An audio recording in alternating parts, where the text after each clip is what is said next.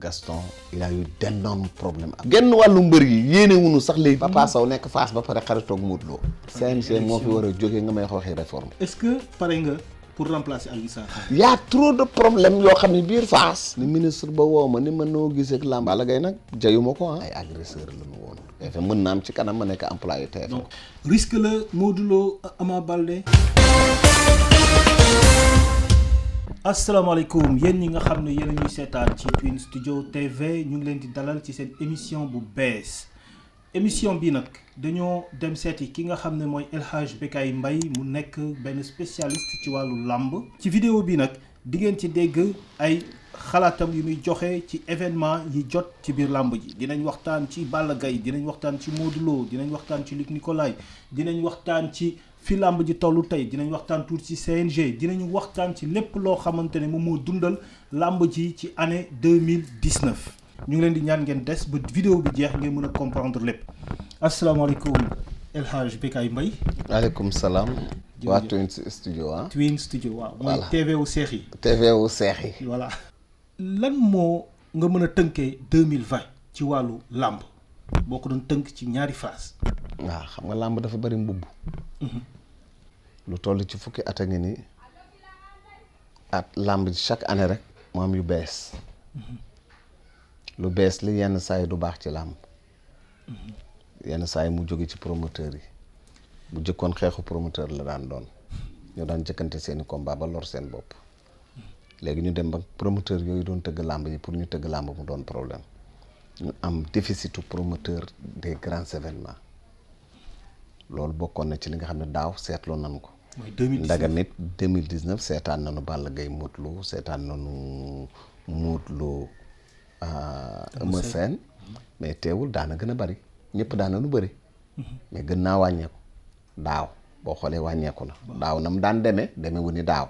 te ren moo gën a garaaw parce que ren déggatoo leen benn fi amoon muy Modou Lo ak Ama Baldé bu nu amoon yaakaar ka tëgg jàpp nañ ko def ko ci kaso bi.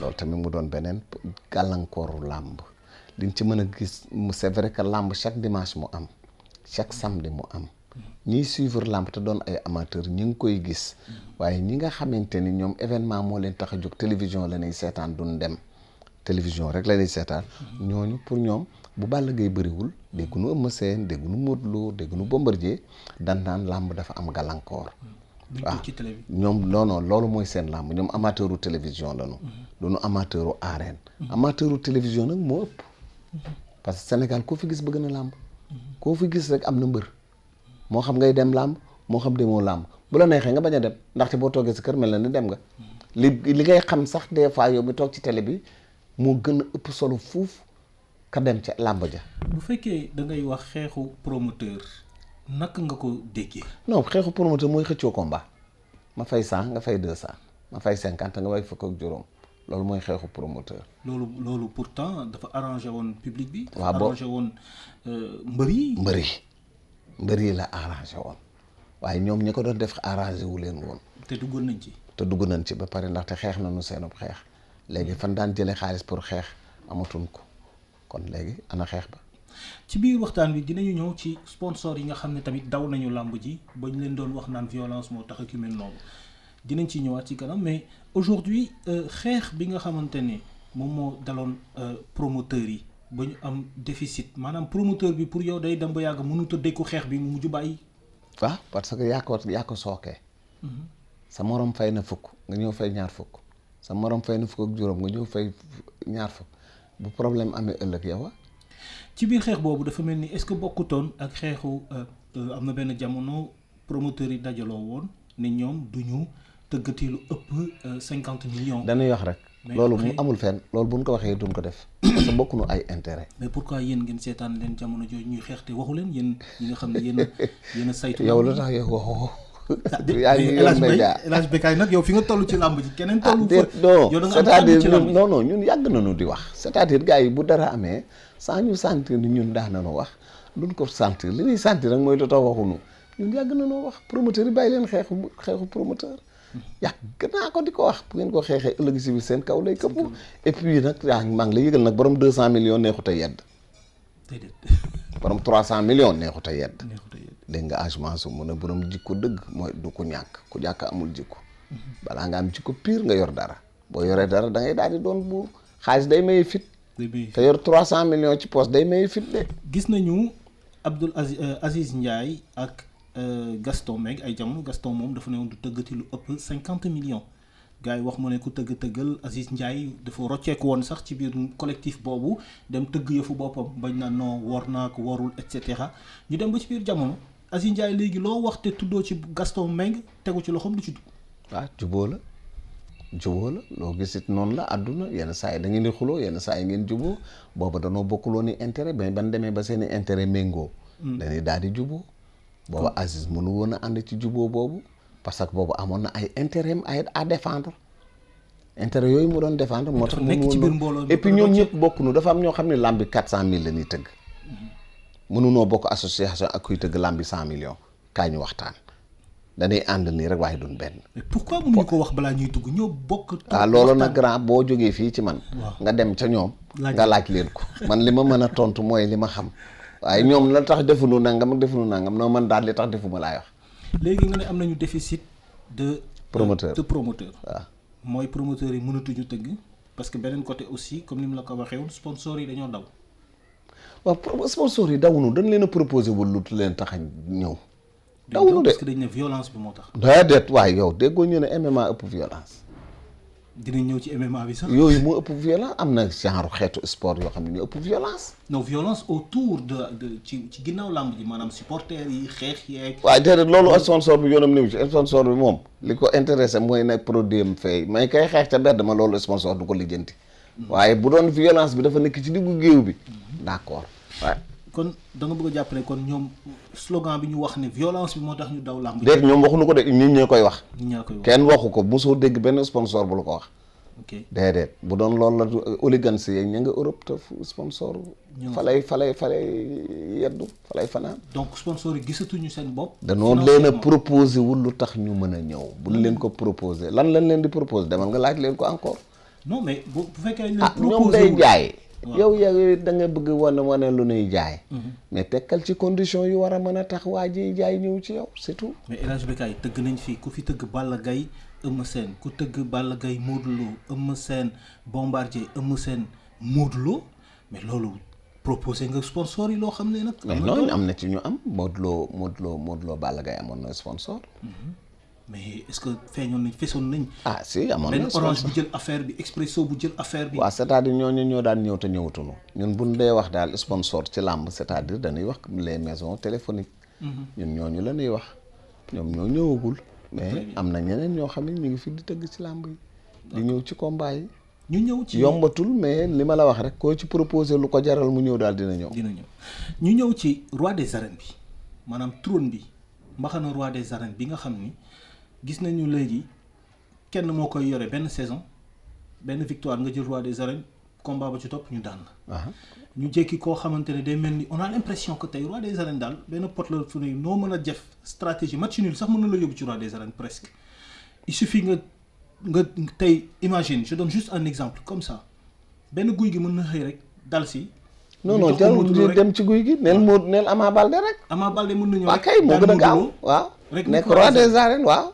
alors que Ama Baldé am na ñu bari ñoo xamante ne. yeggu fa waaw d'accord léegi nag problème bi nii la loolu ñun ñëpp la ku daan buur di buur li nga war a wax mooy nanu organiser wu pour roi des arènes kooku nag c'est au niveau du CNG ñoom ñoo war a jël seeni responsabilité jóg taxaw ni bon roi des arènes bi ñuy woowee nit ñi diw ak diw duñ fi roi des arènes roi des arènes léegi critère bi nii la da ngay def nii pour nekk roi des arènes mais tant que nii ñu ko def ñu ngi ko fi bàyyi structure bi gérer lamb ji waxu ci dara Modou Lo dafa bëri Balla Gaye daan ko jël bu rëy ñu teg ci quelques mois mu daan Eumeu Sène nekk roi des arènes xam nga loolu tam c'est gauche jóge ci défaite dem victoire rek nekk roi des arènes roi des arènes bi fi roi des arènes na dootu fi toogati ayat loolu moom bu yeboo nga jàpp ko léegi jeex na ca Yékini waaw dootu fi am non nit ñi ñoo la dootul seetaanati mbër mu mel noonu moo dul am bareetul génération Yékini peut-être seetaan nañu loolu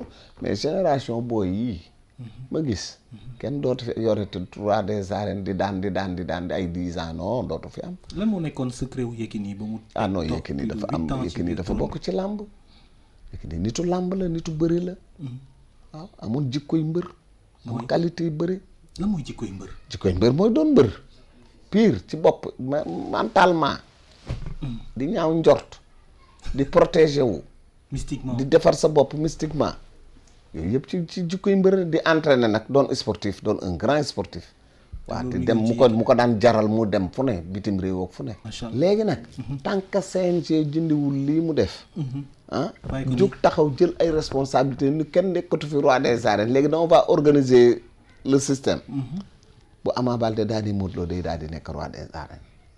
parce que bu boobaa xam nga ni Ama Baldé buñ ko nee roi des arènes te ak lim ñi mu bëri ñi mu bëriwul ëpp fuuf. ci leader yi day doy waar.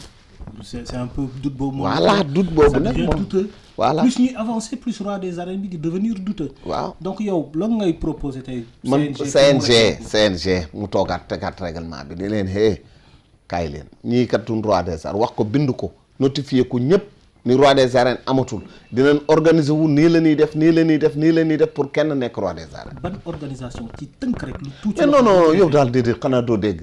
déggoo li ma la ñoom ñooy teg ñu réfléchir ñu dajale ñi moom làmb ñi bokk ci làmb les promoteurs ñëpp ñu ne boo kaay kat léegi roi des arènes bi nii ñu koy joxee dafa yomb kaay leen nag léegi nii leen ni def ku daan nii ngay def ku def nii nga bàyyi damay toog fii di la expliquer non dama foogal peut-être am nga benn point rek point bi mooy loolu d'accord ñu ñëw ci MMA bi waaw mbër yi ñu ngi dem ci lutte MMA nga xam ne occidental la bitim réew la jóge donc gis nañu Siteu dem na Reug-Reug dem na ñëwaat na waaw je veux dire dem na ñëwaat maam bëri na fa qu'est-ce que ça veut dire que nit ñaa ngi gën di dem benn par benn est-ce que loolu tiitalu la ci lambu Sénégal. non pour le moment non def naa ci débat à 2 reprises waxtaan ci mais xam nga sur 3000 lutteurs liy dem ci MMA bu matunu 5 wala 6 wala 10 au maximum est-ce que mat nan ko yaa Bombardier yaa Reug-Reug yaa Siteu léegi nag discipline sportive bu bees la bu ñëw léegi nañ leen ko gérer xool naka la ñu mën a cohabiter ak moom l'essentiel am na njariñ googu moom naka la ñuy def ba exploiter ko loolu mooy wax bi mais bu ñu leen bu ñu leen génnee nan ko teg ci yoon mu mënu football mu mënu basket mu mënu rugby te yëpp a ngi fi fekk sur sunu bas judo moo mënu ko karaté moo mënu ko te lépp ñëw na fekk sunu te léegi comme que noonu mënu fekk seen loolu MMA bi di fekk see te comme que MMA fekk seen nan xool lan moo ci war a mën a nekk njëriñu sportif yi. mais bu fekkee da nga xëy nag El Hadj Bécaye gis ne tey sponsor yi nga xam ne ñàkkoon nañ ko ci làmb ji ñu ngi dem di ëllëg laa wax ñu gis leen ñu dem di sponsoriser MMA public bi doon nekk ci làmb ji préféré léegi dem MMA maanaam tey day mel ni tey. kon man boobaa ma nekk reporteru MMA. kon làmb ji dee. bu affaire am la bu boobaa. déet mais làmb ji nga moom waaye déedéet déglu ma fii déglu ma nag kaay ñu waxtaan. d'accord léegi yow li nga wax. waaw bu amee. bu ñu xoolee ba loolu am yow li nga wax laa wax de. waaw waxuma ne naan ko rey déedéet dam déglu mu baax yaa posé question ma tontu yow ci li nga wax. bu dee loolu dem nañ ba am. public ba jóg bu public ba jógee du ma ànd ak ñoom. média ba jóg dem du ma ànd ak ñoom. yow mii nga jóg dem bu boobaa yow da ngay dem. waaye dama ne télévision nga yore da ngay dem fa nit ñi di dem ngay dem bu boobaa man nu may def du ma doon reporter au MMA. waaw mais est-ce que. conditionné na ko ngàdd na ko rey na ko benn yoon mu jeex bu dee non yow yaa posé question. non je comprends bu dee loolu lépp condition yëpp wër na MMA. waaw léegi man nag maa ngi toog ca làmb ja di wax la. waaw non mbër ya dem reporter yi. mais suñu sport national bi nga xam ne. wax kay léegi nag man la xam nga lu ñuy ñaan bu ñëpp dem. bu kenn dem. mais kon ngay toog de. ma toog bien sûr man kay maa ngi fi man dew ma fenn. waaw waaye bu ñu toogee ba réew mi dem bu réew mi demee man maa fiy toog yow bu ñëpp dee bëgg nga fee des koo fi nekkal. alors ñu ñëw ci pénurie wu promoteur. waaw vraiment c'est triste parce que 2 événements xew na fi mooy impact na ci làmb ji mooy le cas de Luc Nicolaï ñu ñaan yàlla fi mu nekk mu kaa ko génne. amiin waay. mais démb tamit ak përki démb déggoon nañ fi tamit le cas de Assane Ndiaye mu nekkoon situation yu mel noonu. mu nekkoon situation wu. arrestation non du ma dellu si waat parce que jote naa fa ak Assane. non pas mais dama lay wax Assane mu dugaloon boppam ci ay problème. waaw mais ba tey pénurie de promoteur la. parce que non nit ku nekk tëggal combat yi nga mën tëgg mu wax ji jeex. bul sonn. c'est pas parce que nag làmb ji am na problème nga jóge fële yoroo loo tëggee di 50 millions nga dem di ci dugg. làmb ji fu mu toll. boo yaa ngi bëri yow. xale yaa ngi bëri problème mu promoteur Luc Nicolaï jàmbaar la. parce que bëgg na jeunesse bi seetaan làmb te ko xam nga lu garaaw ci làmb. réew mi ñëpp am mbër. sëriñ yi dañuy am mbër. sëriñ tariyaax yi. waaw même sëriñu diine da ngay gis sëriñu diine boo xam dafa am mbër. parce que làmb dafa neex te sunu aada la. du loo xamante ni dafa garaaw. am na sëriñ yoo xam ne dañuy seetaan làmb. président day am mbër. ministre am mbër. député am mécanicien am mbër ñëpp am mbër c'est-à-dire société bi ci seen bopp. ñoo moom làmb ci. bu ñu demee nag ba amoon kuy tëgg combat yu mag yi. waaw xam nga toog ab xoolal tey on est au mois de lan presque février ñu ngi janvier. Balla Gaye amul combat. mais c'est pas bien. c'est pas bien du tout. ah c'est pas bien. Lac de Guiers amul combat. dañoo toog année yoo xam ne am ñaar ba ñetti combat. waaw ba ñaar ba ñett. ah yooyu ñan ñoo ko def benn promoteur yi am nañ ci part de responsabilité ñoo daan fay fu làmb ba làmb eggugul fenn fi ñoo ko def. waaw làmb ji mbër yi ñoo temoon xool di fayeeku loo xam ne mbër yi waruñu leen ko woon fay ca moment boobu moment bii la woon. léegi nag dem nañu nag ba li ñuy wax ci wàllu économie rek xaw ma nun ko tuddee inflation am. wax léegi inflation nag moo amoon après inflation nag moom fayit mooy am voilà loolu nag moo nu daal dañ doon xëccoo ku nekk di jaay ni man la di fay 100 millions ñooñu ñëpp tey ji boo leen waxoon fay leen 80 ñu bañ fay leen 50 millions rek doon ko mën ñoo ko teg seen bopp loolu mooy indi problème bi. donc finalement Aziz Ndiaye tëggatul làmb Aziz boo ko waxee mën a tëggatuma Gaston wóorul mu ñëwaat. bëgg na mais ñëwul sëñ Modou Niang du jël 50 millions di ko jox mbër. ah. c'est compliqué. donc est-ce que Ligue fi nekkoon ñu ngi nii tëj ko day rassemblement boobu Tafa Gueye di waaj a woote pour Luc Nicolaï. kooku kuy mbër war ngaa jóg. parce que Luc dëgg la moom xëy na dafa am yoon ak dafa am jafe-jafe ak justice. kooku ñun suñu yoon newu ci. même bu ci suñu yoon nekkee leen man mooy baal lu ko ñaanal ko. mais Luc buñ ko tëjee day indi gàllankoor ci réew mi. ci làmb ci sax. bu doon dans un pays dans les pays grande démocratie la mais duñ la tëj dañ ne caution lan lay laaj. nga dem continuer sa liggéey ndax ci da ngay defar économie bi nit ñaa ngi liggéey. maanaam ngay joxe caution dem di fay pendant que yaa ngi liggéey. loolu yaa ngi liggéey di fay bénéfice nga leen fay. loolu condamnation la. waaye condamnation tëj nit ci kaso tëj mu yàq lu bare non seulement day yàqal réew mi day yàqal làmb ji mais dina yàqal. mais le fait que mu nekk ci biir kaso bi mara d'Italie est-ce que combat yi mënul continuer. am na staff bu doon ni Luc Nicolaï Enco moom làmb ji d'accord loolu est-ce que et puis Luc Nicolaï Enco dafa am personne morale c'est Luc Nicolaï. tant que mi ngi ci kaso bi combat bi du mën a ne état bi kay la ñuy tàllal loxo ñaan leen. donc ñi mu jot a waxal ba pare dañuy toog xaaraat encore. waaw nu ñuy def. c'est compliqué. c'est compliqué. léegi pourquoi mënuñu je sais pas créer am une nouvelle race de promoteur. nouvelle race de promoteur ça veut dire une nouvelle race de borom xaalis. fi ñu toll amul war ku wàcciwul sa kase doo bëri. te j'ai un ami Sow. Lamine Sow. pa mu gisee la ne kon doon na liggéey CNG ba léegi mi ngi ci presse di def ay film ak yooyu. billaahi ya ça fait 5 ans 6 ans waxoon na ma ko. ne woon na ma làmb ji day daanu ma ne ko lu tax mu ne ma parce que xaalis bi ñuy fay làmb ji attanu ko te bu ñu demee ba ci kanam mbër yi yëpp dootuñu bëri Lamine Sow mu l'avait dit. Petit Mbaye n'est plus là. waaw Petit Mbaye.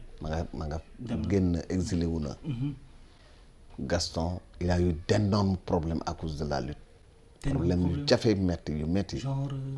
Luc Nicolaï ngi nii. yan genre problème. non ay problème loolu nag non quand même. ok Gaston moom mën naa waxal boppam. léegi am na benn question tamit bu ñëpp di yàgg poser mooy lu mbër bi nga xam ni day nekk ci benn écurie bi formé ko bi mu doonulee dara mu dem bay gagner ay dizaines et des dizaines de millions boo dellu see si écurie bi doo gis retombées yi. waaw parce que ils sont mal organisés. du am dara. écurie yi organisé wu informel la ñuy dundee mais bu doon écurie bu nu taxaw am structure yu dëgër. ñu teg fa règlement nii lay demee boo amoon 100 millions duñ la faale. par la force dañuy def les règlements bi laaj. mais léegi booy 100 millions bu nga nekk ci benn écurie fayee ko 100 millions grand yi yenn saa yi duñu am dépasse. dépense yow buur ngay doon. Donc lu la ne 10% li ngay wax yow yaay doon chef écurie bi. te dañuy mujjee bettu leaderu écurie yi mbëri yëpp ñooy chefu écurie ba peut-être ça peut-être Fass laa gis ni peut-être mënu fa nekk amu fa mais sinon yi ci des yëpp looloo fa amaa ku nekk chef bi yaay ku nekk leaderu écurie bi. tête de file yaay chef. yaay toggal ci biir. woy li la neex mooy am. sinon nga génn dem beru. waaye nga dem wuti sa écurie. mais Modou Lo dañ koy dégg ak Papa Sow. waaw ñu jege yow ay xarit lañu. waaw xam nga tamit day téye xel. Papa Sow nekk Fass ba pare xaritoog Modou Lo. voilà te Modou Lo am fa ay adversaire mais noonu lay téye xel nit Gris Bordeaux nekk Fass doon xaritu Eumeu Sène. waaw noonu lay téye xel it ñu ne Tafa Gueye ma ngay entraîner Balla Gaye. y a trop de problèmes yoo xam ne biir Fass dañ ko war a régler. ci biir Fass. et pourquoi waa Fass mënuñu téye seen gars yi ñu ngi dem seen leader yaa ngi dem. waaw non moom roofa laay wax ñoom comme que ñoom ci seen biir boo demee ci Papa Sow mu ne la Tafa Gueye nag moo entraîné woon a Balla Gaye nga dem ci Gris Bordeaux mu ne Papa Sow ngi nii ànd ak Modou Lo boo ñëwee ci Tafa Gueye mu ne ko Balla Gaye Eumeu Sène ak Gris Bordeaux ay xarit la ça veut dire que donc y a un problème à Fass. problème boobu am Fass. la ñu war a régler bu ñu ko réglé wul. problème dina am. ban problème la moo waral gars yi am na problème mais ban problème moo joxe lii yëpp moo jur lii dem départ yi nii ak. li ma la wax léegi ku nekk wut sa xaritu bopp. waaw structuration bi. ku nekk wut sa xaritu bopp. ñoom am na côté bu nu aaye écurie Fass. mais am na côté boobu nag xam naa dañ ko daf leen a rëcc. parce que lu tax ñu poser la question boobu mooy gis nañ aujourd'hui ay Balla Gaye temps yi passé Balla Gaye 1 génn na gis nañ ko ci presse bi il était malade Boy Bambara aussi il est malade te yooyu yëpp ce sont des choses yoo xamante ne dañoo am ay écuries. mais xoolal li ngay dégg ci xaalis ci làmb ji. ba pare ñuy wax ni diw ak diw ñu ngi leen di katal ça veut dire que c'est de l'informel. te ñoom dañu am seen écurie. waaye dama ne informel la moom ñim booy gars yi ñooñu dem créer seen écurie sax booy yéenewuñ leen 1000 francs mbër yi genn wàllu mbër yi yéenewuñu sax les dirigeants yi leen formé 1000 francs mais Balla Gaye turandoom boobu am def na ci lu bëree bëri c'est-à-dire nag feebar ndamit yenn saa yi da ngay faju te doo wér yàlla moom wér nag. Balla Gaye 2 def na ci lu bari mais Balla Gaye 2 defar na ko lu bari. bu na ko ñaata yoon màkk te vraiment taxawu na ko. te fii ñu toll même faire Balla Gaye moom Balla Gaye nag jayuma ko ku difficile la ku neexul a toppandoo Balla Gaye 2 laa lay wax. jàmbaar la de. non jàmbaar la ci yu bare. très bien. foofu laa mën a yem. ok Boy Bambara. Boy Bambara gis nga ko amul ku ko taxaw mais tamit aussi nag ñun yàlla mooy mujj gu rafet ñu mën di gérer suñuy mbir nag. parce que tam c'est pas normal làmb ji ku feebar ñu ne dem leen seeti ministre bi moo ko war a faj dem leen seeti diw moo ko mën a faj. ministre bi fajuli mécanicien fajul ay tôlier. sportif yi rek lay faj sportif kon ban njëriñ la sport am au Sénégal. bu dee ku màgget ñu yelwaanal la. duñ ko seetaat bu dee ku màgget rek ñu dem yelwaanal defal la benn ket. doyul waar. man daal couverture maladie universelle bii ma gis Tafa Gueye di ko def. waaw na ci ñëpp dem. voilà loolu daal laa gis man CNG xaw ma ñoom CNG vraiment mënu ma leen cee wax dara daal. mënoo leen. déedéet mënu ma leen a wax dara ñoom CNG lañu duñu fédération dañ leen fee teg en attendant nee nañu ay bénévole lañu ndegam it yàgg nañ fi lool. wala ñu organiser wu ñoom si seen bopp ku feebar ñu xool noonu lay faje. dëgg la mënu ko. CNG aujourd'hui fi ñu nekk est-ce que jotul tey ñu def réforme. CNG moo fi war a jógee nga may waxi réforme CNG moo fi war a jógee. ñu effacer CNG. ñoom 20 ans doyul loo jiite pendant 20 ans doyul doo may keneen mu ñam. maanaam ñi nekk CNG ñoo fiy jóge ñeneen ñëw CNG. de nouvelles têtes. ñëw nga bëgg a wax. waaw de nouvelles têtes Alioune Sarr mënatul defaat lu raw lim def fekk na làmb fu metti mu jële ko fa fekk na làmb mbër daawul fayeeku mu jële ko fa mu fekk na làmb mbër respecté wul woon dara Alioune Sarr ñëw indi modernisme defar mais 20 ans ça suffit. xam nga dëgg Sénégal ñu naan on ne change pas une équipe qui gagne. dañuy ragal jëlee ko fii. kon Brésil ba woon bi Brésil booba lan waroon jël ñoom Pelé du daan gañe lu tax jëlewul leen ñu jëlee leen yow grand ay si xam nga tamit yooyu ban équipe loolu du bokkul ci li non non mais non peut-être loolu lañ xalaat kon kay mënoon nañ fee bàyyi Senghor ak Abdou Diouf ak Abdoulaye Wade pourquoi ñu ni Macky wax dëgg yàlla loolu la contre ma CNG de non alternance nga bëgg alternance ñu ñam leneen keneen ñëw waaw ñu xool mu am nouvelle tête idée yu bees ñu defaraat CNG defar na ba fi mu mën a yem defar na lépp fekk na làmb ñuy fay même pas million léegi ñu ngi fay ñaata million ay 100 et quelque waaw léegi kay CNG nag bu jaanam wàcc na leen mënoon a def nañ ko waaye doo leen fi bàyyi éternellement dagg bu bari bi ñuy dagg mbër yi pour lan non dagg ba nag grand mënatuma cee wax ndaxte léegi dagg bi bëreetul kat kenn kaasutu kenn kaasutu nee na lu daaw bi nu pencoo fële bi nu penc mbër yi ku leen dagg ñoo tooñ ku ma indil wax kat ñoo tooñ mbër yee tooñ te bëgg nañ xam buñ la ne bul dugal 20 personnes 15 ngay dugal nga dem dugal 50 duñ la dagg ñëwal 4 heures nga ñëw 5 heures duñ la dagg ñoo tooñaa ku ñu dagg yaa tooñ quoi waaye xanaa xëy na yenn saa yi nag ñu dagg la ci ay yaaka dóor fii ak fa nga ko daanee ca ginnaaw laa yooyu wala am nga 5 avertissement waaye yooyu mën nañ ko seetaat règlement yooyu mën nañ ko seetaat waaye yu ci bëri mbëri yee tooñ de CNG tooñu leen de ñoom ñoo tooñ CNG.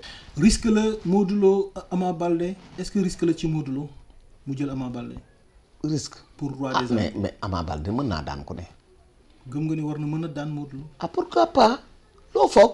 ñaar ñuy bëri ne non attends waxu sportif la ñuy wax. ñaar ñuy bëree ku ne. ku nekk bu ñu demee ba tàngoo nii di bëri mën nga maa daan mën naa laa daan. kat ay diw du daan diw mënta ne. pour yow tey Ama Baldé bu bëggoon jël roi des arènes bi ci Modou Lo lan la war a def. non ñoom xam nañ ko du ma toog ci télé bi di ko wax nan jéem a entraîné ji rek Modou Lo neexul a daan. moom laa lay wax. Modou Lo neexut a daan. non neexut a daan ak duñ ko daan du benn. du benn je sais. waaw neexut a daan. Ama Baldé xam ñi ko wër. am na yoo xam ne nag doo ko wax ci rajo ak ci télé mais ñoom ñi ko wër xam na nu ñuy def ba daan ñi wër Modou Lo xam na nu ñuy def ba daan. Boy Niang ak Balla Gaye combat la. combat la xam nga li ko yàq mooy Boy Niang dafa daanul Lac de Guiers. moo tay teeyal xel yi. pour yow dafa waroon daan Lac de Guiers. pour mën a bëri Balla Gaye. Boy Niang bu doon dafa daan Lac de Guiers. kenn du indi werante ci digganteem ak Balla Gaye. daan naan mën naa ne. mais daa bëreeg Lac de Guiers mënu koo daan loolu tax nit ñi ni mënta ne waaye nag làmb la. Balla Gaye moo la ko gën a xam. mën na am surprise.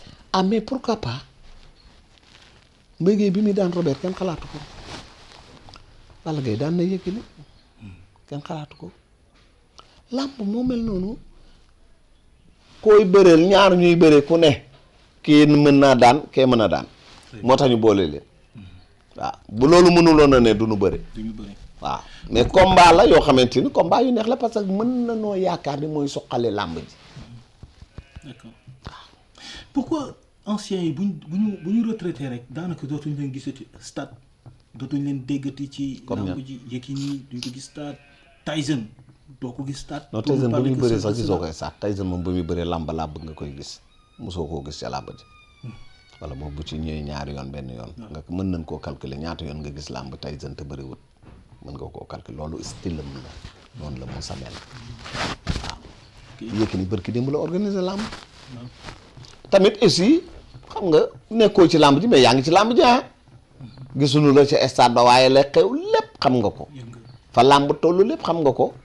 ñoom ñëpp ñu ngi suivre waaw Gambie mais Gambie comme MMA bi nga wax gars yi bu ñu bàyyee làmb ji est-ce que duñ dem Gambie bëri ci parce que Gambie lu mu bon jot nañ fa am 2 combats. waaw am nañ fa 2 combats. mais gis nga ña fa demoon dañ leen a suspendre à vie nee nañ leen dootu leen fi bëri muy bàyyi ma ñoon di. dootuñ duggati Gambie bëri waa Gambie nee na fii bu leen fi ngembooti. ndax la daggal sa wéy mu bañ. waaw seen règlement la ñu gis nit ñi indiscipline lañ leen won ñu suspendre leen réew day am kilifa. yooyu ñu def foofu bu doon fii duñ ko fi def bàyyi ma ñoon bu doon fii lañ ko wax ne daggal sa we day dagga weer. mais moom nee na wey dagg na ko amul wey. waaw mais waaw nangu naa ko moom nee na amul we moom loolu la def. mais bu doon fii la waa Gambie def la ñuy def dañ koy suspendre. mais nan ngay bëggee loo yor wulli non am na tuuti au moins amul dara comme nii rek la ñu ne amoo we comprendre nga wulli di xeex ak nit ba mu génn nga topp ko di ko dóor ci biti loolu règlement la waaye gars yi ñoom ñoo tooñaa. est-ce que pare nga pour remplacer Alioune Sarr. man Elhadj Bécaye Mbaye mënuma ko sax dama ko mënut. pour lan mënuloo ak expérience bi nga am ci lamb waaw yëpp. waaye daal mënumaa jiite Alioune Sarr mënumaa jiite CNG damaa xam sama bopp nit ku nekk day xam boppam di. kan moo la doyoon à part Alioune Sarr. à part Alioune Sarr na waa làmb ji toog xool. jël kenn du ma fi avancé kenn ñu naan fal naa diw. non ma yaakaar ni buñ doon wootee dinañ la woo. kenn ñii ma fi gis daal consultant ne serait-ce que consultant. waaw buñ ma wooyee ma wax leen waaye nag fii ñu toll mais doo nii ñu ko wax ci non buñ ma woowoon ni ministre ba woo ma ni ma noo gisee ak làmb ji ma naa ko jox ay nit du ma ko jox benn nit it. du ko jox kenn. déedéet ay nit laa ko jox ni ko diw ak diw ak diw ak diw daal doy nan ma. mais yow ci yow xam nga am nga ñu la doy. mais bien sûr. aujourd'hui bien sûr am na ñu ma doy ñu nekk ci réew mi et puis du rek ñu nekk ci biir milieu yu làmba mais inspecteur des sports yi mën nanoo gérer. gestion sport am na lépp. sport am na gestionnaire am na tout. ok ñooñu nañ leen jël jox leen ko. gis nañ aussi làmb ji bokk na ci li ko man li ma jàpp ne peut-être gàllankoor na ko aussi mooy mbokkoo gi du ma bëri ak diw du ma bëri ak diw. seen affaire la ñoo wàññi seen i adversaire seen affaire la. loolu teguñu ko fenn. teguñu ko fenn. fu ñu ko teg. kii mbër da daan dëkk Fass kii dëkk Medina ñu bëri. ñoo bokk sant ñoo bokk waaso wala ñoo bokk. waaso xam nga ne waaso yooyu affaire ethniciste la. pour lan ñu ko fi indi ay ñoo dëkk Casamance duñ bëre ñoo dëkk Njaarim duñ bëre ñoo dëkk Pikine duñ bëre. waaw Pikine adversaire yaa nga fa bu làmb ji takkar naa si xaalis bi génn ay adversaire la nu nu bëri seen biir léegi ñu am doon ay millionnaire. kon yow bañuloo tey Eumeu Sène bëre ak Boy Niang. déedéet. bañuloo Boy Niang bëre ak Ama Baldé ak Ama Baldé. déedéet man lu sama yoon du dañuy bëri ay sportif la boo demee Pikine équipe nawetaan yi dañuy bëri ci seen biir. ñaay ak géej yooyu du dañuy bëri. bañuloo mais ñu gën a jege encore bañuloo Balla Gaye bëri ak Ama Baldé wala Balla Gaye bëri ak. Balla Gaye ak Ama Baldé papay Ama Baldé. moo fi indi papay Balla Gaye. ma toog ci stade bi Fodé Fallaye ak ñeneen ngemb du ba lees mu ñëw daan boobu c'est difficile. c'est compliqué boobu daanaka c'est ay frères lañu. exception la. ba mais Pikine laa dëkk rek. nga dëkk Pikine duñ bëri. kooku yàq làmb la. parcelle laa dëkk yaa nga dëkk rue 14 man ma ab unité 14 man ma dëkk unité 2. lu mu jotee. compliqué na loolu lépp benn mbër fay bëri kenn du ci bëri ci seen biir yàqul làmb te ñoom ñu waroon a def sax seen arène def seen tournoi ci seen biir bëri. séeréer yi dañuy jóge village ba ni duñ bëri fii ci arène bi bu ñu demee ca arène nationale ba bëri arène làmbi kii ja bëri li traditionnel dañuy bëri seen biir ñu fay la ñaata 2 millions 3 millions yenn saa yi nga am ci 500 000 ñu tegal la 50 millions nga ne doo ko bëri parce que ñoo jan suñu village ñoo dend arène nationale Elhadj Bécaye tabaxal arène nationale bu toll nii woo chinois yi ñëw tabaxal ko te nangu wuñu fa bëre non léegi par force la ñu ngi fay bëre léegi mënatul nekk ay bamaar tëj nañ ko pourquoi ñuy xaar ñu koy def par force alors que ñoom ñoo waaw non Sénégal mooy mën dëkku maslaa la nii maslaa rek bu nu maslaawee du ñu seet ministre baa ngi fi CNG ngi fi di toog di leen xool ñuy bëri Ibamar te arène ne fi et puis arène bi tamit vraiment tabax nañ ko mel na am accompagnement tuuti bari na ci ay boy yoo xamante ni ay nan ma baal ay agresseur la ñu woon mais làmb defar leen ba nu doon nit bàyyi agression bàyyi sàcc bàyyi lépp ñu doon ay mbër waaye ñooñu la leen di bàcca loola boo yoree am réew da nga cay jàpp di ko suuxat yaa kii kat naa leen jàppale ci naka lañ leen war a jàppale non foofa laa mën a yem tamit am na loo xam ne kenn du dem ba ca yax ba ñi ma état xam nañu naka la ñuy def parce que man ay borom xam-xam ngay ñii ay borom xalaata koy xal déglu de voilà ñoom dinañ xam te day animé réew it waaw day animé réew mi daan na fi yëngu nag réew mi daan na fi xool leen tey ji lan la ñuy wax Moustapha Diakhaté Moustapha Cissé Lo affaire politique rek te sport bi day daan tax sax doo bu ñu yokkit courant bi sport daana ko waaye am na benn matchu Sénégal 2002 la bu ma juumul am na fi augmentation bu fi am Sénégal Lions yi doon football kenn yëgu ko genre intox lay xaw a doon sax kenn yëgu ko ci yokk ceeb la xaw ma yokk diwlin la woon mais fekk ñoom El Hadj Diouf gagné match bu mag amitié ca mi-temps ba lan yokk joxe information mais nit ñi ban génnee ca stade bi fekk ñu qualifié noonu ñun nit ñi xalaatuñ ko loolu mooy état day mën a politique. waaye bu dee lii tax nit ñi bëgg. da nga kaa tëj. waaw day metti. jeu léegi li fi nekk rek la ñuy wax mooy courant bi yokku na. ñu ngi nii yéen a yokk courant bi yéen a def nii yéen a yokk ceeb yéen a yokk diwlin yëpp ay feeñ. te bu sport bi ñëwee yu bari du feeñ. politique mais comme sport bi day nëbbu tamit. mais bien sûr sport ak musique. divertissement non loolu day am ci réew yëpp partout dans le monde. loolu amul réew bu mu amul. day participer ci stabilité. bien sûr. day baisser tension. gis nañ la ngay animer émission l'œil du tigre. ak Moustapha Gueye fële ci TFM. alors que ñëpp lañ la xamee woon 2STV. yaa ngi 2STV ba tey. déedéet nekkatuma 2STV ba ma fa jógee yàgg na yow tamit. non pour man yii yëpp ay kii la rek d'accord jéem maa tooñ rek waaye xam nga jóge naa fa bu yàgg. léegi Modou Mbaye nekk 2STV. Modou Mbaye nga bàyyi 2STV. man maa ngi def émission à la TFM. à la TFM lan moo animé décision boobu. décision boobu dara toog naa ba ci ak man naa dem def sama yëf rek. yaa ngi ci fu jàmbur TFM. non mais sama production la sama produit la. l'œil du tigre. l'œil du tigre bi muy am jóge ko TFM. yaa ngi 2S mais ba ma ñëwee damaa bokk ca entreprise ba. non je n'ai pas compris. non parce que l'œil du tigre entreprise la société la.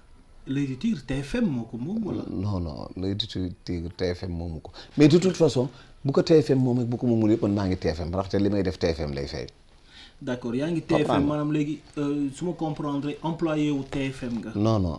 très bien donc l'œil du tigre nekk gu mu employé TFM mën naa am ci kanam ma nekk employé TFM. donc partenaire mais fi ñu toll partenaire TFM la. d'accord maa ngi liggéey ak waa l'œil du tigre. mais y a aucun problème dafa mel ni maa nga fa yaa ngi dafa béykat yaa ngi ko la nekkoo fa. non déggoo li ma la wax produit bi ma am. TFM lay daw kon kay maa ngi TFM loo bëggati leen ma waxaat la ko. d'accord kon TFM Bécaye Mbaye dañuy jàpp ne mi ngi TFM ak l'œil du tigre. waaw ak Moustapha Gueye. da nga nekk patron de presse Sénégal FM. waaw. def na ak Sénégal TV. BMTV pardon si je ne me trompe naka mu. BMTV waaw mu ne naka mu ak FM Sénégal. naka presse boobu naka groupe bi. moom laa lay laaj yow laa lay laaj yow loolu laa lay yow. non xam naa ne mi ngi émettre. waaw mi ngi émettre ñu bu dee rajo beeg yëpp ñu ngi émettre ñu ngi liggéey. donc comment di def suñuy production di gérer. waaw c'est satisfaisant pour toi niveau bi mu toll. wala parce que bi mu créé fi ñu toll nii non déedéet amaguma ci benn maa ngi sant yàlla nag. mais bu dee satisfaction xaalis la. amagu ci déedéet mais ñi ngi sant nag. ndaxte ñu ngi fortaatu. la moo tax en tant que Bécaye Mbaye ni mu toll ci réew mi nit ñi di ko suivre parce que disons-le du pour sànni la ay fleurs mais porteur de voix nga nit ñi dañ lay déglu donc boo amee.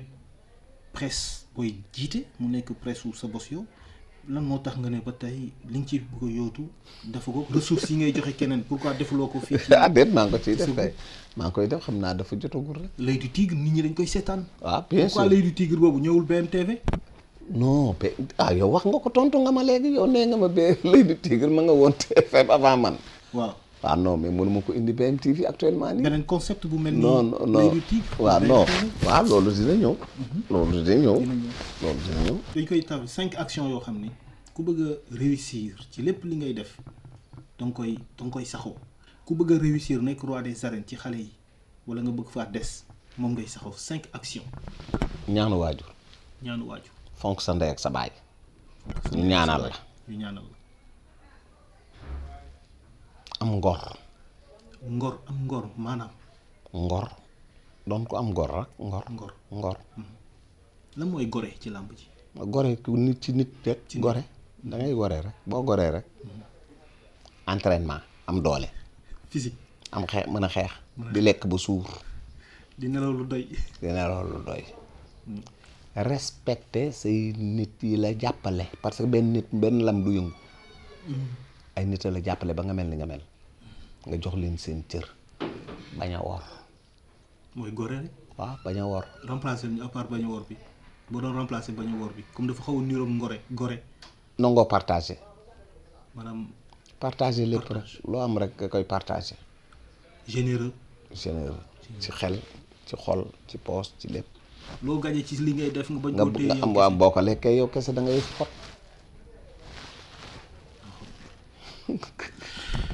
kon nag gars yi gis nga ñu ñoo ko déggandoo heureusement on est encore plus satisfait bi ñu fi yegsee seet si ki nga xam ne moom mooy El Hadj Bécaye Mbaye bu leen fàtte lépp lu ngeen xalaat ci biir émission bi waxtaan bi def leen ko en commentaire bu ngeen bëggee ñu dem jëli beneen ndaanaan ci wàllu làmb ji def leen ko en commentaire appuyez sur la touche bi nga xam ne moom mooy touche j'aime te partagez leen vidéo bi ñëpp seetaan ko parce que neex na j'espère que vidéo bi intéressé na leen bu leen fàtte di abonné wu te di cliquer sur la cloche de notification pour am bépp vidéo boo xam ni Twin Studio mi ngi koy publier El Hadj ñu lay remercier. jërëjëf merci beaucoup. kontaan trop jërë ngeen jëf. merci beaucoup. ay jégalu ci dérangement bi ak. non amul problème. merci yàlla baax na.